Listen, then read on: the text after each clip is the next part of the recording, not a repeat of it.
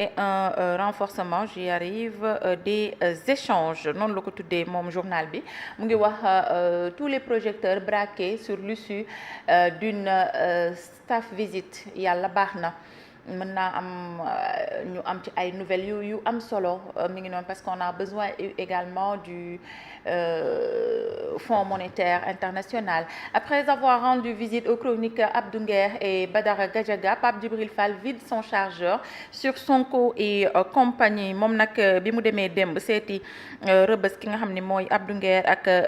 Badara Gadiaga moom Pape Djibril Fall mer na daal di yebbeeku ci journal bi après nos échanges sur leur situation respective en milieu carcéral. Moom Abdou Nguer et Badara Gadiaga traversent avec beaucoup de dignité et d'honneur. Je leur ai réaffirmé tout mon soutien et ma détermination à poursuivre et mener à leur côté ce combat pour les libertés et l'état de droit. Mais également, Badara et Abdou demeurent aujourd'hui une illustration parfaite de la volonté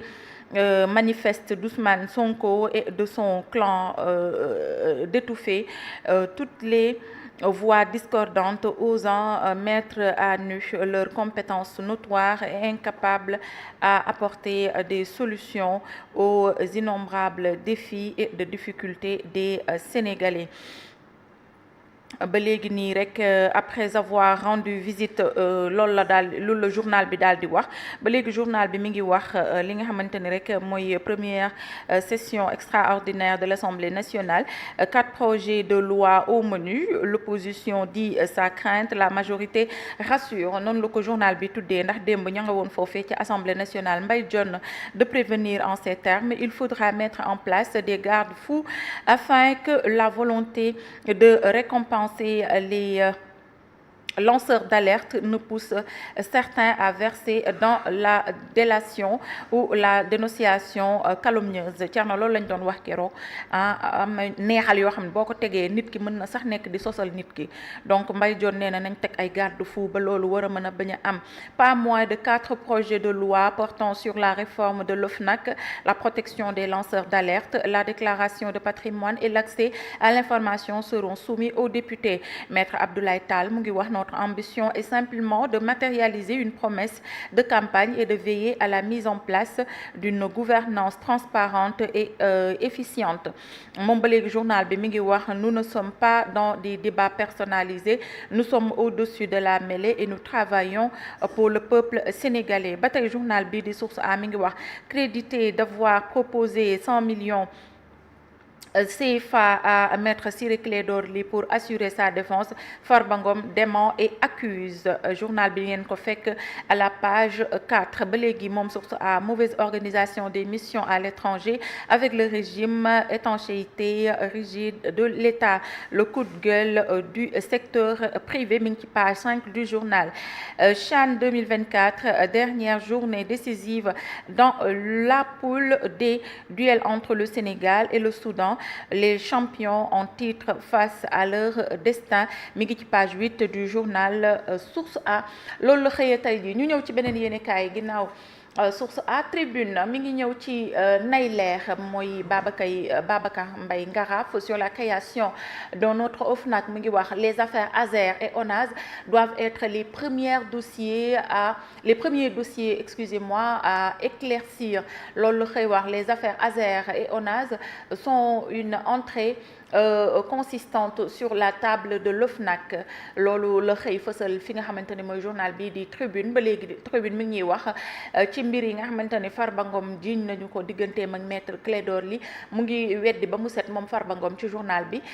toute proposition financière à Maître Ciré Clédor Ly pôle d'avocats de Maître les pôles d'avocats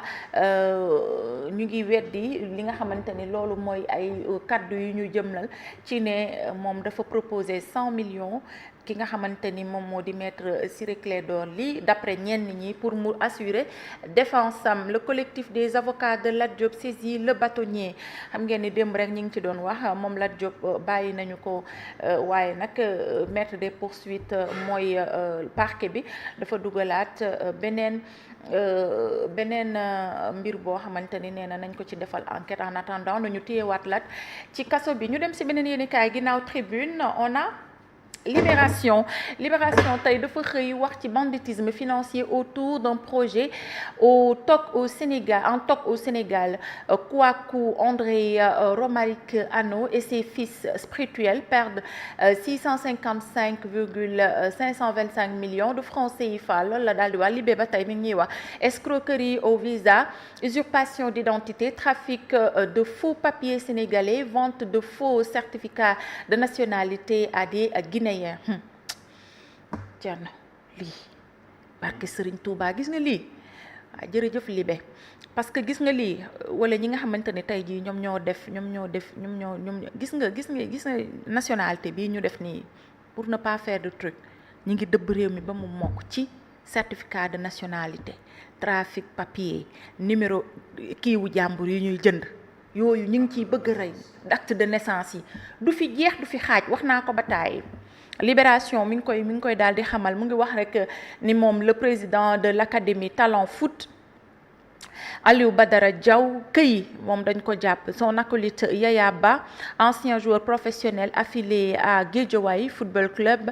trôné au sommet du réseau qui a fait plusieurs victimes dont les joueurs ayant déboursé de fortes sommes pour des visas Schengen fictif mu ngi noonu. Donc mbirum football xam nga xale yi dañ koo bëgg te à tout moment dañuy ñëw pour fay pour peut-être bëgg tukki wala ñu am visa pour mën a dem yeggale seen carrière de sportif mais daal d'après Libération mafia boobu daal daanaka dañ koo démantelé. L'entraîneur Abdoulaye Ly di coach am arrêté un lot de faux extraits de naissance déjà remplis et de faux extraits de naissance des centres de Guédiawaye, Médina Gounass, Mbour destinés à la vente dégg nga lii saisi chez lui lors d'une perquisition. Moom nag ña nga fekk ci këram ak fi nga xamante ni rek moom mooy centre bu nekk Guédiawaye ay acte de naissance yoo xamante ni baaxul ay papier yoo xamante ni dara baaxu ci. biñ defee perquisition ci këram itam fekk nañ fa yu ñu remplir ba pare ay extrait de naissance yoo xamante ni amul benn lii maanaam dëgërul baaxul daal. Face aux enquêteurs il passe aux aveux et soutient avoir confectionné de faux papiers à Bouna Koundoul ainsi qu'à ses frères Abdoulaye Koundoul et Mohamed Lamine Koundoul dégg nga li mi ngi noonu. moom nag biñ ko jàppee dafa daal di taxaw avoué wax li fi xew daal ne moom moo defar ay faux papiers pour Bouna Koundoul ak ay frères am mi ngi noonu. loolu la journal Libération wax ba tey de faux certificats de nationalité vendus à des Guinéens pour 100 000 francs. du fi jeex du fi xaaj ay certificat ay nationalité yoo xamante ne dara baaxu ci yoo xamante ne dañ koy jaay mu nekk malien mu nekk guinéen ak ku mu mënti nigérien mais du ñenn ñi rek lañ ciy ciblé mais ñu ci bëri tey jii ils sont victimes de ça. Donc journal bi mi ngi wax rek ni interpellé sur les 22 millions de francs CFA empochés ces derniers temps dans le cadre du trafic, l'ancien joueur professionnel Yaya Ba dit avoir tout dépensé entre les filles et xbet. Yàlla baax na moom daal xaalis bi 22 millions yi ci jigéen ñi la ko def ak xbet. Yaya Ba ancien joueur professionnel la danga koo xam xam nga ko. waaw. aayoon na. waaw. Moom cat da kaa dugg wala. Yàlla baax na. Recrudescence des cas de noyade, 56 morts enregistrés entre juillet et août. téye leen xale yi ñi ngi dem ci géej gi yenn saa sa doom day fëx dem ci géej gi te ndax doo ko yëg da ngay jékki-jékki rek ñun la réer na fekk ma nga woon ci géej gi di féexloo. ak canicule bi am fan yi te xam fan yi sax xaw na féex tuuti mais nee nañu diggante juillet ak août 56 nit ñàkk nañ seen bakkan ci li nga xamante ni mooy lab. ñu dem ci beneen yéenekaay ginnaaw Libé. On a les échos, mi ngi wax dégradation du climat des affaires dans le secteur secondaire et tertiaire, les complaintes des chefs d'entreprise, les difficultés dans le recouvrement des créances, la fiscalité salée dénoncée, l'accès difficile au crédit, la concurrence supposée déloyale fustigée aussi, le recouvrement difficile des créances, l'accès au crédit noté. Mu ngi noonu rebondissement dans l'affaire de la mairie de Dakar, la Cour suprême perturbe les plans du pouvoir noonu la ko journal bi tuddee nee na recours Barthélémy Diaz ñu ngi ko war a examiner le 18 septembre élection nouveau maire bi ñu ngi ko war a def le 25 août donc El Ahmed Thiam juriste si la Cour tranche en faveur de Diaz il sera remis dans ses droits de maire. Am na ci beneen juriste boo xamante ni journal bi mi ngi koy wax ne par élégance républicaine l'État devrait au moins attendre que la Cour suprême rende sa décision wax dëgg yàlla. Bamba Fall mi ngi wax ne à part Ngoné Mbengue je ne me rangerai derrière personne moom maire Médina loolu la wax nee na ginnaaw Ngoné Mbengue daal du topp ci ginnaaw kenn mu ngi noonu tey jii xëy na Pape Diouf dinañu ci indil ay leeral ñu ñëw ci beneen yéenekaay ginnaaw les échos on a yor de Abdou Nguer inondation au Sénégal 766 milliards de francs CFA dépensés par Macky Sall et le fléau persiste yéen it jéem leen dara au moins moom il a déboursé 766 milliards où sont passés li nga xamante ni moom mooy ces dépenses là mais ba léegi ndox mi ngi persister di insister c'est la grande question que se pose Yor ce matin ñu dem ci beneen yéenekaay.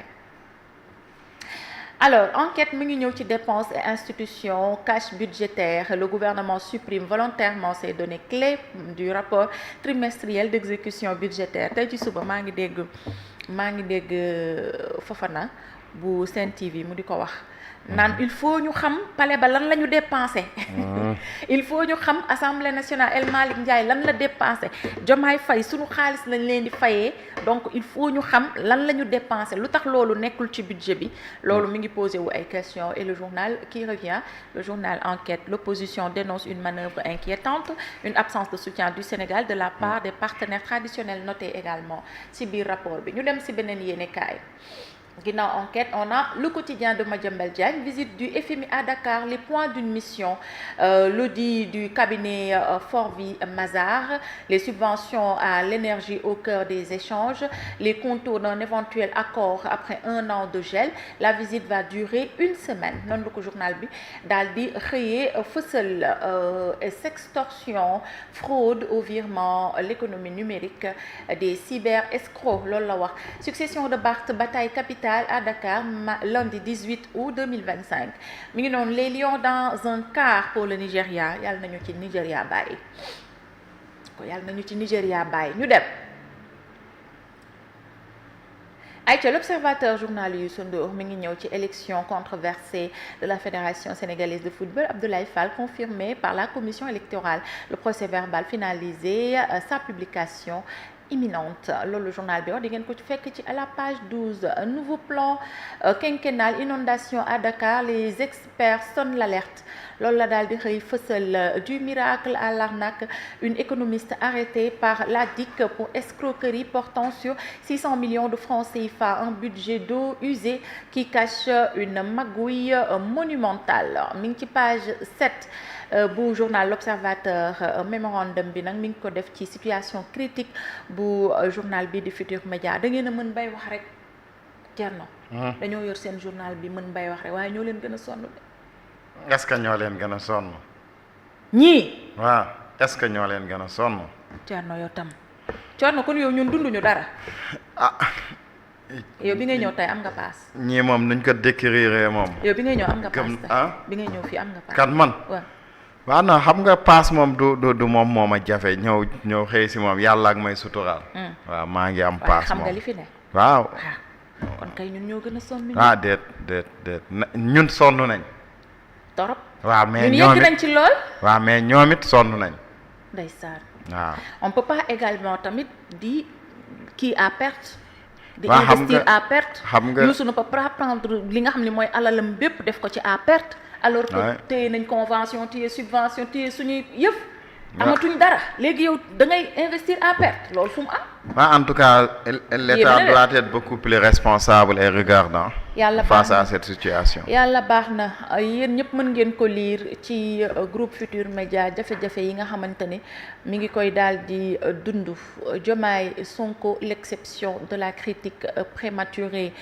Écart entre promesses et réalisations, empressement d'une opinion active et exigence, communication désordonnée, pression économique et sociale et exigence d'une rupture radicale héritée de leur passé d'opposants, diagnostic d'une situation inédite. Loolu la ko journal bi xëy fësal moo ko gunge nag ànd ak tubaarkàlla Marie Khone gunge ko ma ne ko jeeg bu noppi bu yaru bi moom Marie Khone Faye aawa yaay moo ànd ak président dem ci visite bu mag ba ca Japon. waaw loolu la yàlla dogal di tubaarikàlla bële passé dañ ne le premier ministre gungew ko bii nag gunge na ko wax dëgg yàlla donc kon ñi doon wax dañoo mereyantoo ñi ngi ci jàmm. La parole en action, le rap face à la politique, l'héritage constataire du hip-hop sénégalais noonu la ko tuddee de moom journal bi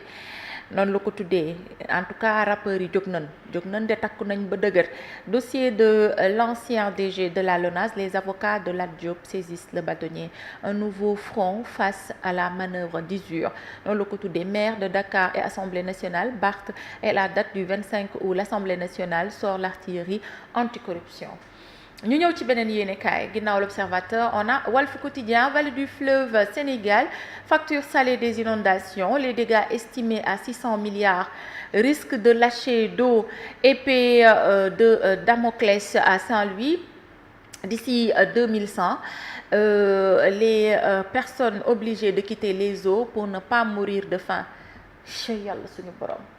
yéeme na. Dépenses cachées des institutions dans le rapport d'exécution budgétaire, Doudou Wade accuse les députés loolu la daal di xëy fësal. Regard extérieur, chat entre clash et classe, lecture artistique d'un opus politique mu ngi noonu. Démb Sen TV dañoo yendoo teg son bi. Démb son bi. dañ ko yendoo teg fanaane koo teg. ñu ñëw ci beneen yéenekaay ginnaaw Walf Quotidien.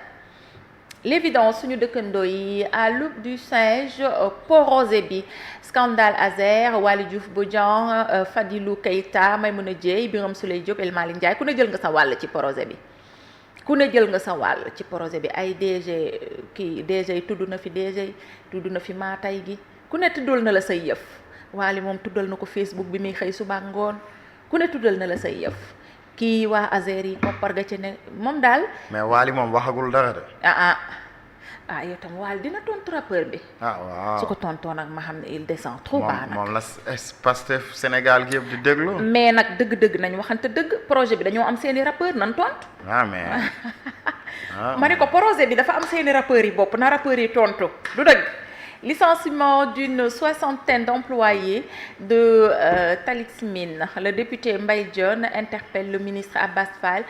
par des questions écrites. Mu ngi noonu élection du nouveau maire de Dakar vers une revanche d'Abbas Fall sur Barthélémy Diaz. On verra. Ñu dem ci beneen yéenekaay ginnaaw l'évidence. Rewmi Quotidien mu ngi ñëw ci vol Paris d'Air France, le film d'une agression en plein ciel noonu la ko tuddee suba ba léegi nit ñaa ngi ciy wax. La passagère a étranglé le chef de cabinet en plein vol. Probablement atteinte de troubles mentaux, elle se serait jetée sur lui en hurlant « Je veux tuer ». La femme erre dans la cabine et pousse des cris sans raison apparente. Les pilotes déclarent l'état d'urgence en émettant le code international de détresse. L'avion AF-18 qui volait à 32 000 pieds fait demi-tour forcé à Roissy. Demi-tour kay est-ce que du rab da koy def de ñu dem on a l'info li tax ma ñëw ci info tey mooy Dakar submergé par la mendicité, une réalité inédite qui touche désormais toutes les couches sociales. Amatul léegi paa, amatul mère, amatul xale bu ndaw, amatul kenn ñëppay yalwaan Ndakaaru buntu boo romb da ngay gis ku solo ba jekk sax ñëw taxaw ni la damaa waroon a paas dem fële léegi nag damaa waroon a kii nga gis ku indi ordonnance ni la doo ma dimbali ci ordonnance bi damaa war a faj sama doom wala dañ maa bindal lii ak laa moo tax ma ñëw ci info. Est-ce que nguur gi ñoom ñi ngi bàyyi xel ci lii est-ce que ñu ngi bàyyi xel ci lii yalwaankat yi ci réew mi surtout à Dakar ñu dem ci beneen yéenekaay ban la